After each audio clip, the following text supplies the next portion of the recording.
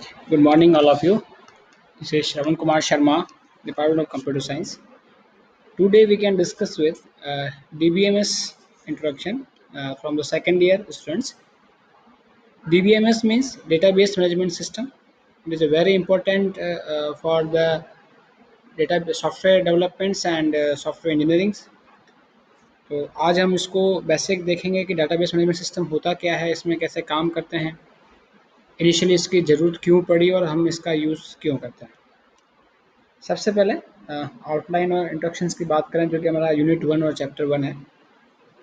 Purpose of database, database का actual में क्या पर्पस है, डेटाबेस का व्यू या what is the view of database, basic database के मॉडल कौन से हैं या डेटा मॉडल कौन कौन से होते हैं जिससे कि हम लोग डेटा को फिल्टर कर पाएँ, डेटा को अरेंज कर पाएँ, डेटा को एक्सेस कर पाएँ।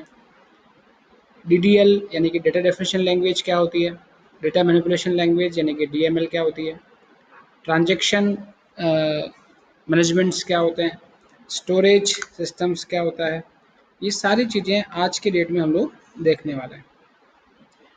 इसके अलावा डेटाबेस एडमिनिस्ट्रेटर यानी कि जो डेटाबेस को हैंडल करता है, डेटाबेस को रन करता है, उसके लिए भी हम इस चीज़ को देखेंगे क्योंकि कहीं ना कहीं हमें ये चीज़ देखनी है कि आप कैसे एक डेटा को हैंडल करते हैं। डेटा हमारे पास जो आता है वो रो फॉर्मेशन में आता है, फिर हम उसको कैसे एक्सेस करते हैं, कैसे उस डेटा से इन्फॉर्मेशन बनाते हैं।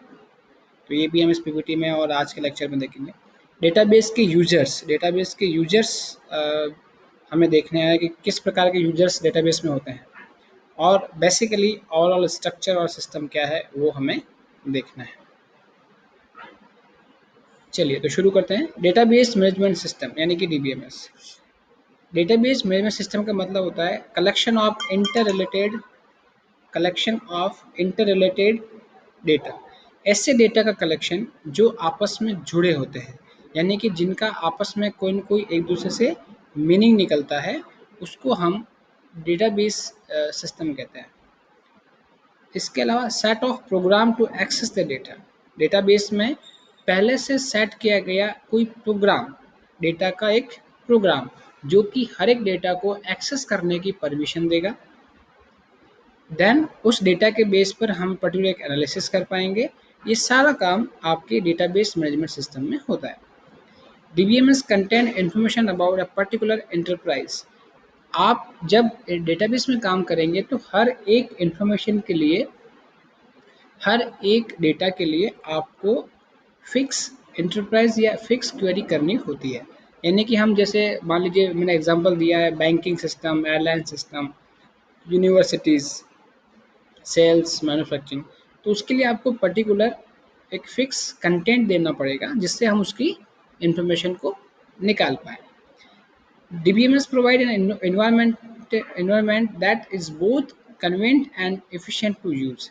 देखिए अगर आपके पास एक तो रॉ डाटा आता है जो अनफिल्टर हो, जिसमें कुछ समझ में नहीं आ रहा हो, उसमें उसको एक्सेस करने में बहुत प्रॉब्लम आती है। तो डेटाबेस आपकी हेल्प करता है, आपको इन्वायरमेंट क्रिएट करता है कि कैसे आप उस डेटा को अरेंज कर पाएँ, कैसे आप उस डेटा को मैनेज कर पाएँ, कैसे आप उन डेटा को डिफरेंट डिफरेंट वे में डिस्प्ले कर पाएँ और कैसे आप उस डेटा को बहुत एफिशिएंटली यूज़ करके उसका एनालिसिस कर पाएँ, उसका रिजल्ट देख पाएँ।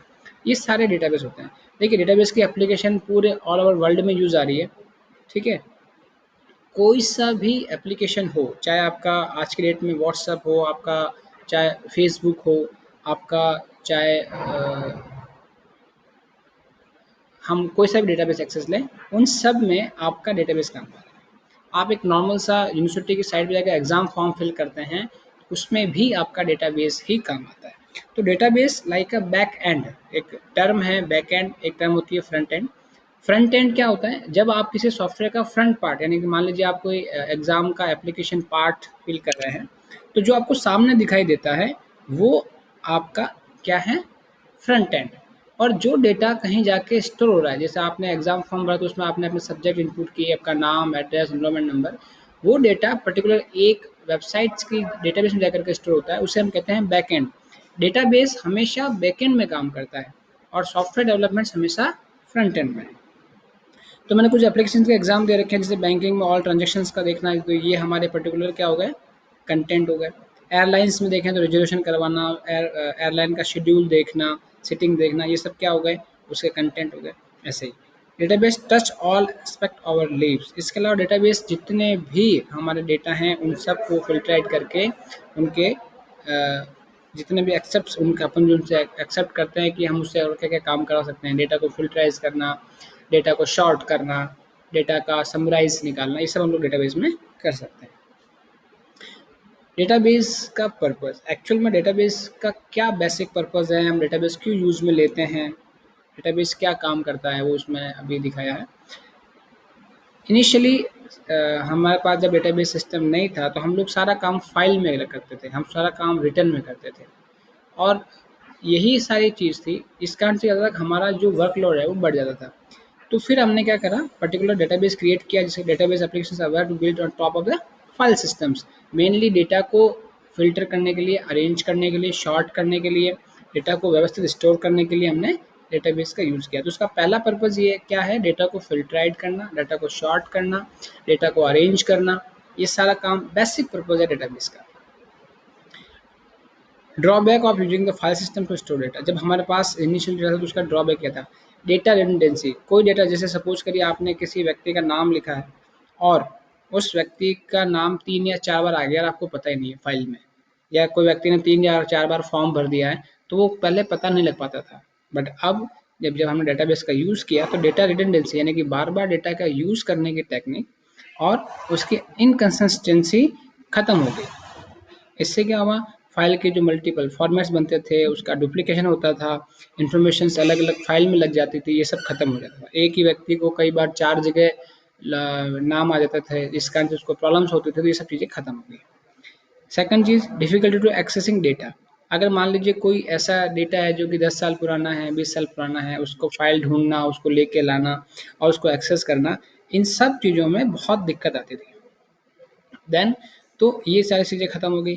Data isolations, multiple files and formats. कई बार क्या होता है कि बहुत सारी फाइल्स बनती थी, वो किस फॉर्मेट की है, कहाँ की है, क्यों है, हम लोग नहीं कर पाते थे। तो इस कारण से डेटा का आइसोलेशन यानी कि उनको व्यवस्थित रख पाना बहुत मुश्किल होता था। डेटाबेस बनने के बाद अगर आपका डेटा 20 साल पुराना है, 30 साल पुराना है, तो भी आप उसको बहुत ईजिली एक्सेस कर सकते हैं।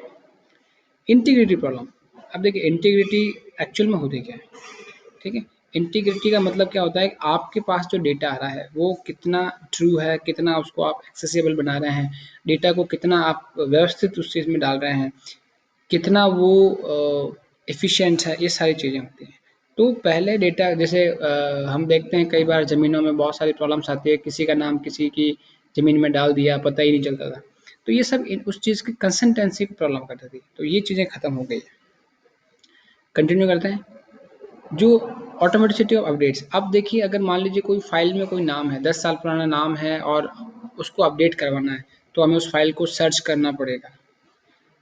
कई बार वो फाइल नहीं मिलती है तो हमें पता ही नहीं चलता है कि पहले किसका नाम था, अभी किसका नाम। सपोज करिए आपके बैंक में गए, बैंक में नॉमिनीज का नाम नहीं है। इस केसेस में अब उस फाइल को ढूंढना, अपडेट करना, फिर उसमें किसी और का नाम लगवाना, ये बहुत मुश्किल प्रक्रिया होती थी पहले।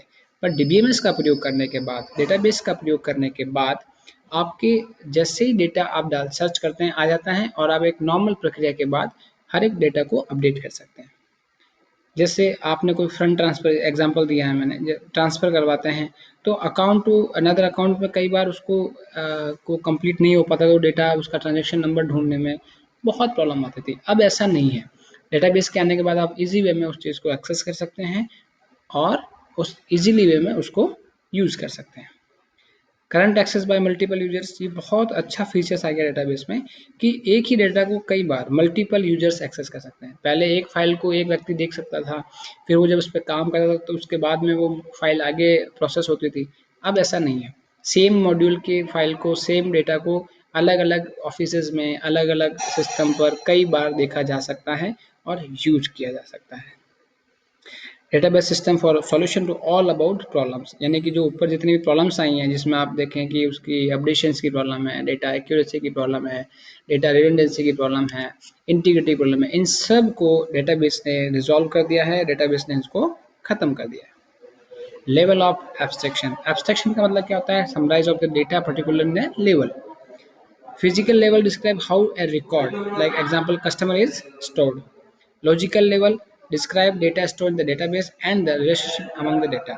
देखिए फिजिकल लेवल मतलब क्या, पर्टिकुलर वो डाटा किसके बारे में है, जैसे कस्टमर है, जैसे कोई व्यक्ति कस्टमर हो गया, कोई दुकानदार हो गया, सेल्स मैनेजर हो गया, तो जो मेन आपका डेटा कंटेंट रहेगा, रिकॉर्ड रहेगा, वो किसके बारे में, उसे हम कहेंगे फिजिकल लेवल। सेकंड चीज, उस फिजिकल लेवल के रिगार्डिंग कौन कौन से और सब पार्ट है, जैसे कस्टमर लिया तो कस्टमर का नाम है, उसका एड्रेस है, वो किस सिटी का है, उसके कॉन्टैक्ट नंबर क्या है, ये सब लॉजिकल लेवल रहेंगे।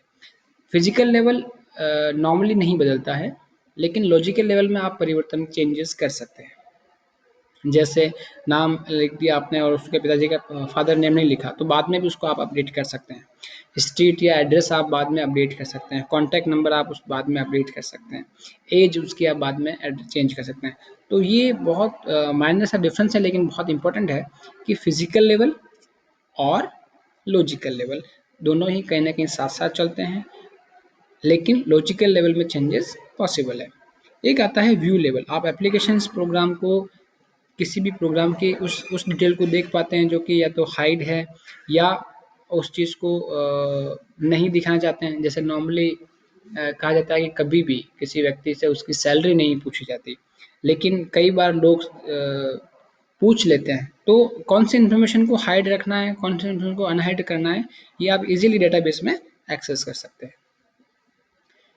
एक एग्जांपल है व्यू ऑफ डेटा का, कौन सा डेटा देखना है, कौन सा नहीं देखना है। बहुत सी फिजिकल डेटा यानी कि पर्टिकुलर जो लिंक डेटा है उसको देखना है, फिर लॉजिकल डेटा है। लॉजिकल डेटा के बाद में आपके view 1, view 2, view 3, view of n, n का मतलब क्या, आप उसे किस एंगल से देख पा रहे हैं, किस किस एब्स्ट्रैक्शन के बेस पे, क्या आप नाम से सर्च कर रहे हैं, क्या आप उसके एड्रेस से सर्च कर रहे हैं, कॉन्टैक्ट नंबर से सर्च कर रहे हैं। इस प्रकार से आप उस डेटाबेस में उसको जा करके आप डेटा को देख सकते हैं। इंस्टेंस एंड स्कीम, स्कीमा क्या होता है, इसको हम लोग अगली क्लास में डिस्कस करेंगे क्लास। आज के लिए मैं बेसिक यही आपके लिए स्टॉप कर रहा हूँ। ठीक है, अगली क्लास में हम सारे डेटा को देखेंगे। Thank you. कोई क्वेश्चन?